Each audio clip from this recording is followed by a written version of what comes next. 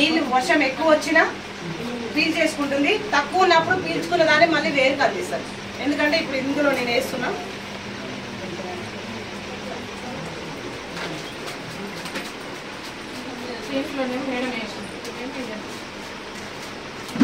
So ఇందులో మనం ఎకరాకి అంటే 2 ఎకరాలకు ఒక బ్యాగ్ వేసుకోవచ్చు, పొలాన్ని బట్టి ఒకటి కూడా వేసుకోవచ్చు. సో నేనైతే 2 చెప్తా, ఖర్చు తగ్గిద్దారండి.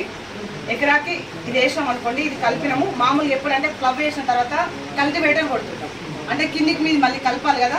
సో అప్పుడు వేస్తే బాగుంటుంది. లేకపోతే ఇప్పుడు మనం మందులు పెడుతున్నప్పుడు గొర్రెకు కానీ దాన్ని కలిపి మనం పెట్టే దాంట్లో ఇది కలిపినా సరే దేనికైనా వేస్తారు. దేనికైనా వరికి, కూరగాయలకు ప్రతి దానికి వేయచ్చు. సో మనం వారానికి మినిమం ఒక 3 తడిలే వేస్తారు, లేకపోతే 2 తడిలు వేస్తారు. ఒక తడి వేసుకుంటే సరిపోతుంది. 2 సార్లు నీళ్ళు ఇచ్చే బదులు ఒకసారి ఇచ్చుకుంటే సరిపోతుంది. సో ఇది మనం వేసినాం. ఇప్పుడు ఇందులో వచ్చిన నీళ్ళు వర్షం పడుతుంది కదా విత్తనాలు వేసేటప్పుడు.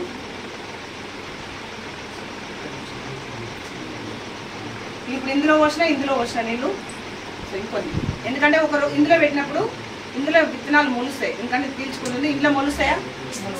సో ఒకవేళ అనుకోకుండా మొలిచింది అనుకున్నాము, 2-3 ఆకులు తెల్లగా అట్లే వస్తాయి. ఎక్కువ ఆకులు తీసుకోలేదు, ఎందుకంటే రోజు వర్షం పడుతుంది. మళ్ళీ పోయాము. సో ఈ మొక్క మునిగిపోద్దా లేదా? సో ఇందులో నీళ్ళు వచ్చినాము, 2-3 ఆకులు వచ్చింది, మొక్క మునిగిపోయింది. ఇంట్లో ఎదుగుదల అనేది కనపడదు, పెరగదు, కొత్త ఆకులు రావు. ఒకవేళ వచ్చినా అట్లనే ఉండిపోతుంది. సో ఇందులో ఉంది. ఇప్పుడు మన కౌంటింగ్ చేస్తారా?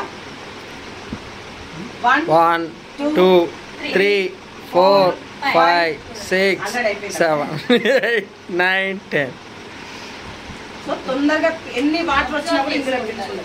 సపోజ్ ఇందులో మొక్క పైకి వచ్చేసింది, మన ఇంట్లో చేదు కూడా అంటట్లేదు చూడండి.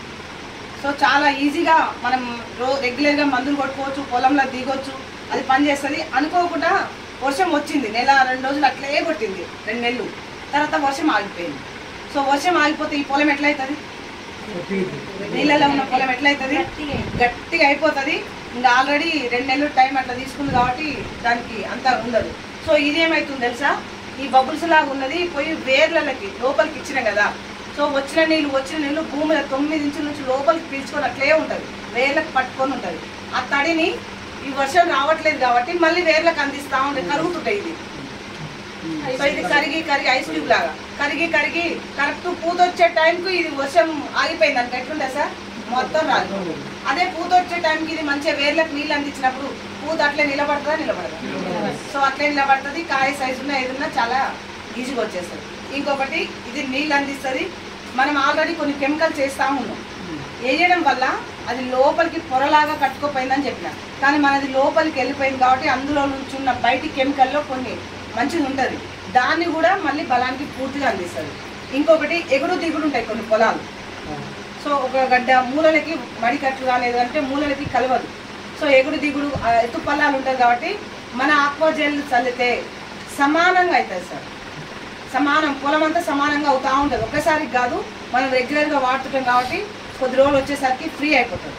సో మడికట్టు ఉన్నదైతే ఒకటేసారికి అయిపోతుంది, ఎందుకంటే నిండా నీళ్ళు ఉంటాయి కాబట్టి సమానంగా వచ్చేస్తుంది. ఎక్కడైతే వంపు ఉందో ఆ మట్టినంతా ఇక్కడికి లాక్కొచ్చుకుంటుంది, అదే సమానంగా అవుతుంది. సో దీనివల్ల లోపల ఉన్న బలం అంతా చెట్లకు అందిస్తుంటుంది.